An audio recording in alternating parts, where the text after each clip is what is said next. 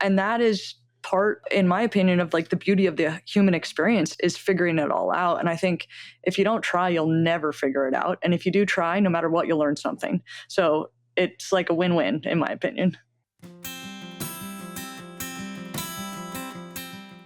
I think this concept of breaking stasis is one of my favorite things to talk about on the podcast, because my coach, David Roche, and Megan, his wife, often talk about like they're so inspired when people quit their jobs or, choose to do something new and scary. And the idea of sometimes it's much easier to stay in something that's hard than to make a harder, acute change and perhaps have a better path forward. So I love to unpack the like breaking of stasis and going against the grain. And what was the moment for you on the endurance side of things? How did you take that leap? What tactically or tangibly happened that enabled you to do that? That's a great question. And I to your point, like the devil you know is always, more approachable than the devil you don't know, right? And I think that's why we stay in things a long time. I think I had a great combination of a really great boss who was like, hey, if you stay here for 20 years, they're going to give you a watch. He said that to me. He was like, he gave me the permission to leave. And I really didn't think I was leaving forever. When I approached them to say, hey, I have this opportunity to go race, at first it was going to be like an 8-week sabbatical. Then it was going to be maybe a year. And I think this is like that micro chunking I'm talking about, right? Like I didn't have a 5-year plan for it. I had like what is this going to look like in very short buckets? Because when you start trying to be like, we just can't know what's in our best interest. Like, I think we all try to break it down, and I'm an analyst by nature, right? Like, I was an analyst. So it's hard for me because I want to analyze all the outcomes, right? Like, and I want to believe that if I do X, I'll get Y, and I can have all this predictability about every decision I make, when the reality is there's so much going on that like we can't factor into the equation. So I think for me, it was breaking it down into manageable chunks. Like when I quit my job, I didn't need to know what my 5-year plan was, right? I just needed to know that I was going to do this for a very short period of time. And during that 8 weeks, things evolved that then changed the equation, right? And I think that's what we miss out is like, as we're moving, like the information that we use to make the decision is not going to be the same a week later, a month later, a year later. And so we try to overanalyze everything to like know, because we all want control in some fashion. Like it's just human nature, right? So I think at some stage you just kind of have to let go of control.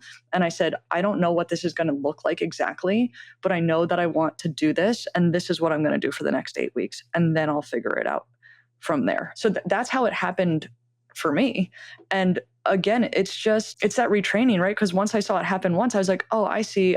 I don't have to have all the answers to move forward on something, which was a big shift for me. So that is kind of where it started. And then as you continue to make change and allow opportunity to come your way, you're so much more open to it. And I think it's always that like first time, right? That's always the hardest. And then I think that once you are willing to break through that barrier, it's inertia, right? So like, it's always easier to stay going the direction you are than to pivot.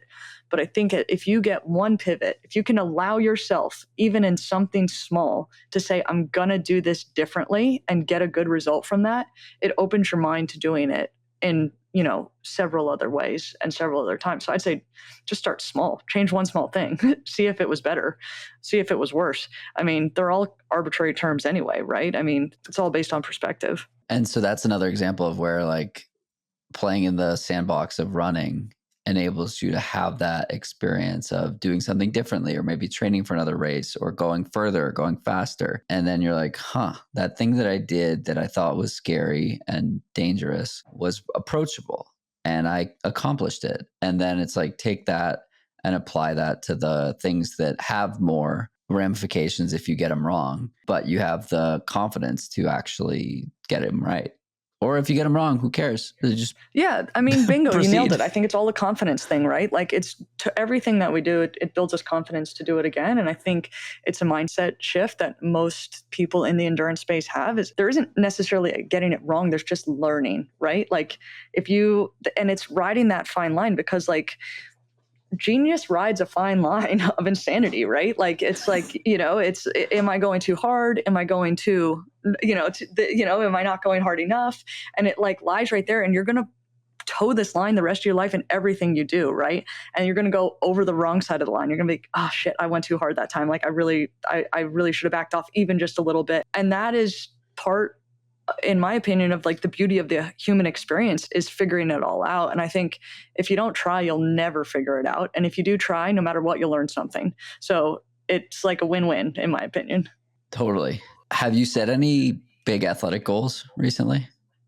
Recently, so this year I had the unbelievable experience of one of my first teammate ever in racing bikes. She's the one who like kind of brought me into the sport. She was and is an amazing bike racer. She came back into town and she asked if she could stay with me for a race in the Southeast. I'm in Asheville here. And she's like, why don't you just do the race tomorrow?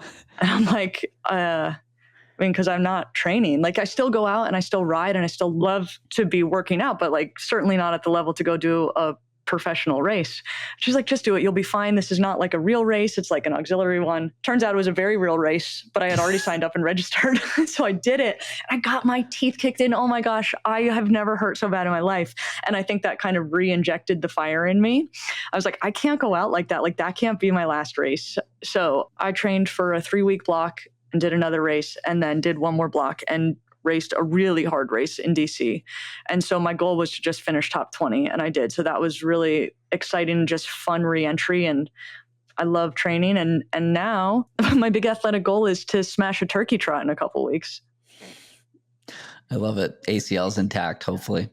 No ACL. Who needs them? That's what I say. If you're going straight, who needs an ACL? Yeah, that's true. That's a good point. Hopefully there are no turns in this turkey trot.